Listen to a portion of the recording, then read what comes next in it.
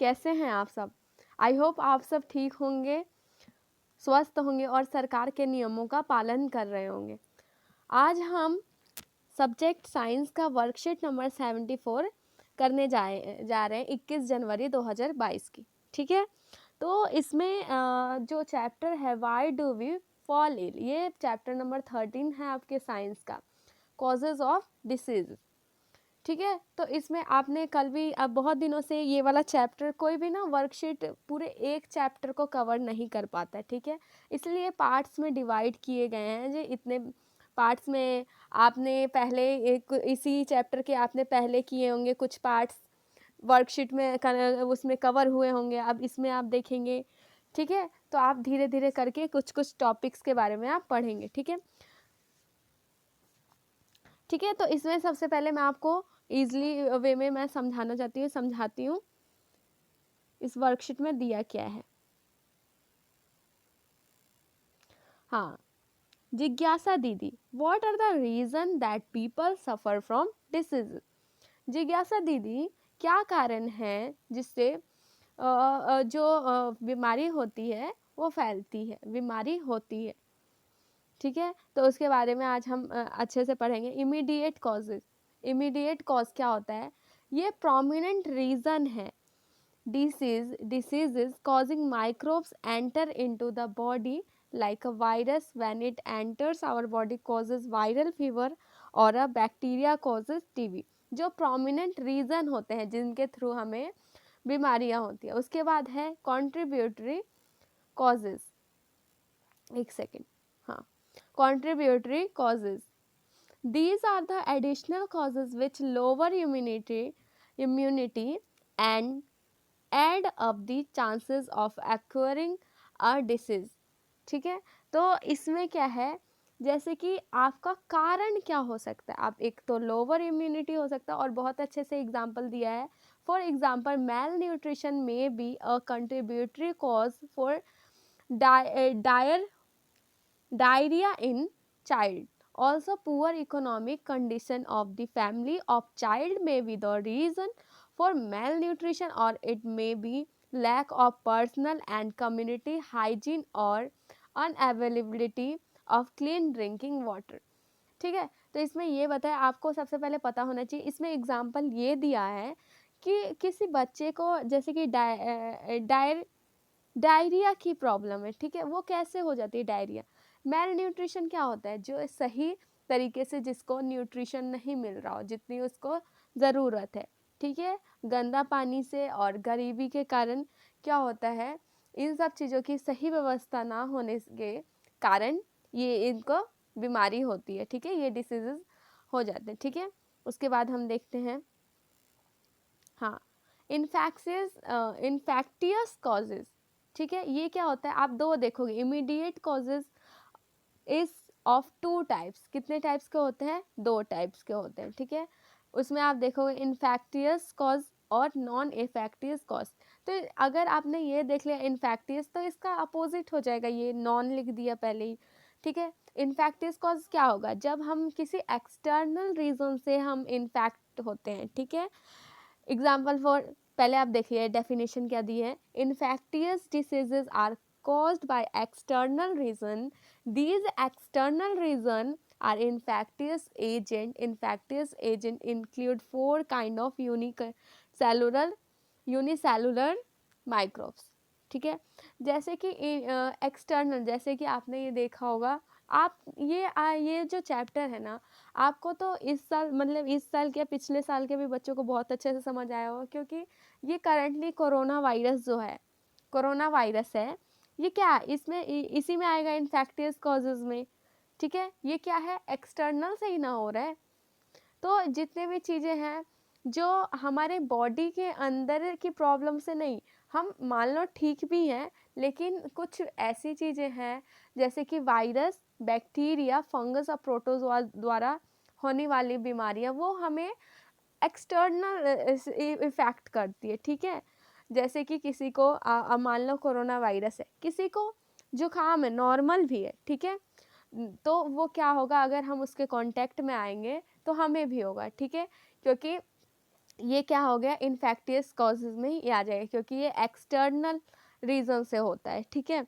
उसके बाद है नॉन इन्फेक्टियस कॉजेज में क्या आ जाएगा, disease is cause due to the personal internal reason, it may be due to the improper function of any internal organ, ठीक है। तो जैसे कि आपने देखा इसका अपोजिट, इसमें क्या हो जाएगा, जो बीमारी होती है वो हमारे इंटरनल रीज़न के कारण होती है, जैसे कि हमारा जो बॉडी फंक्शन है, जो हमारे बॉडी ऑर्गन है, क्या पता वो सही से फंक्शन, उसमें कोई इम्प्रॉपर फंक्शन कर रहे हो, उसमें कोई दिक्कत हो रहा हो, ठीक है। These diseases have mostly internal reason, आप एग्जाम्पल भी देख सकते हैं, high blood pressure is caused by excessive weight and lack of exercise, ठीक है।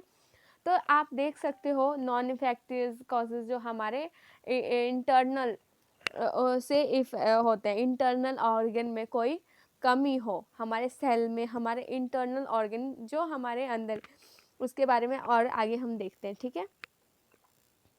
उसके बाद देखिए, अब इसमें हम देखेंगे जो हमने अभी कौन सा देखा, ये इन्फेक्टियस कॉजेज में एक अलग टाइप का some intestinal infection diseases are also called by multicellular organism like tapeworm, ringworm, etc. A disease called elephantiasis caused by the different species of worms, ठीक है।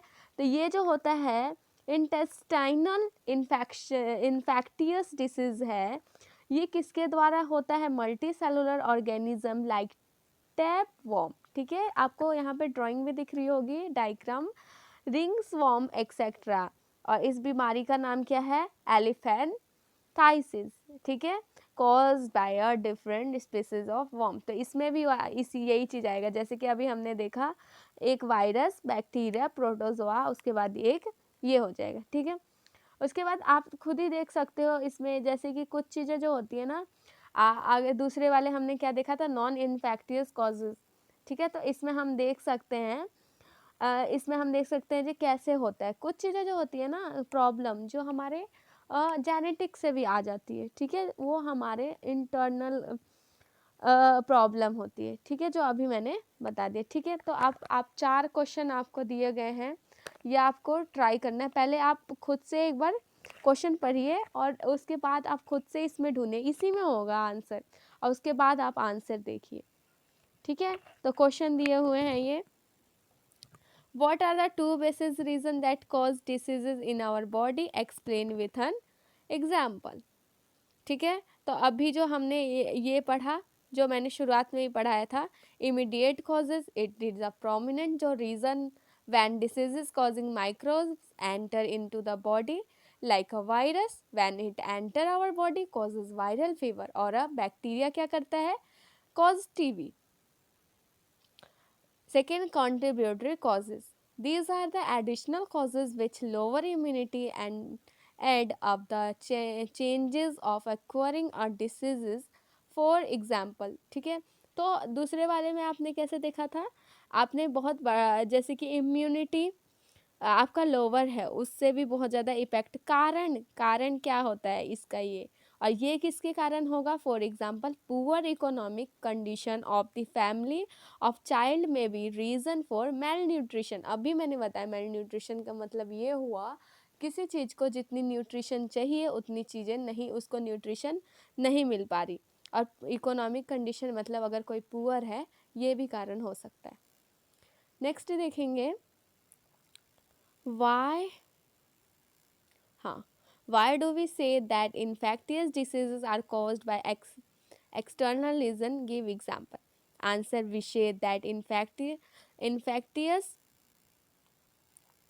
diseases are caused by external reason as they are caused due to the some external agent or infectious agent. Infectious agent include 4 kind of unicellular microbes, ठीक है। Unicellular microbes मतलब micro organism, ठीक है, micro organism और microbes एक ही है, ठीक है, और यूनिसेलुलर जिसकी एक ही सेल है, वायरस, बैक्टीरिया, फंगस और प्रोटोजोआ। फॉर एग्जाम्पल कोविड-19 is caused by the COVID virus, third question देखिए, write the immediate cause and any two contributory cause of COVID-19. Answer: COVID virus is the immediate cause of COVID-19.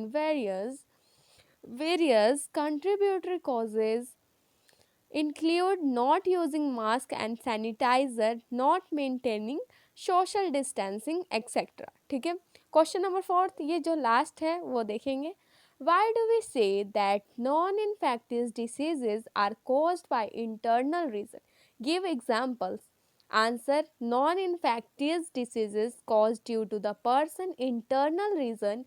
It may be due to the improper function of any internal organ. These diseases have mostly internal reason, like high blood pressure is caused by excessive weight and lack of exercise. देखो जो है क्या बताए, अभी जो भी मैंने worksheet तुम्हें समझाया ना, उसी के अकॉर्डिंग ये जो 4 क्वेश्चन है उसी के अकॉर्डिंग आया है। तो अगर आपने उसे ध्यान से सुना है ना, तो इसे आप आसानी से कर सकते हो। ठीक है, इसमें क्या बोला है? हाँ, इंटरनल रीज़न क्या है, कैसे हैं, ठीक है। तो क्यों है, why do we say that non infectious diseases are caused by internal reason, give examples. ठीक है, तो इसमें अभी मैंने आपको बताया non infected diseases cause due to the person internal reason. कैसे? It may be due to the improper function of internal organ. कैसे होता है?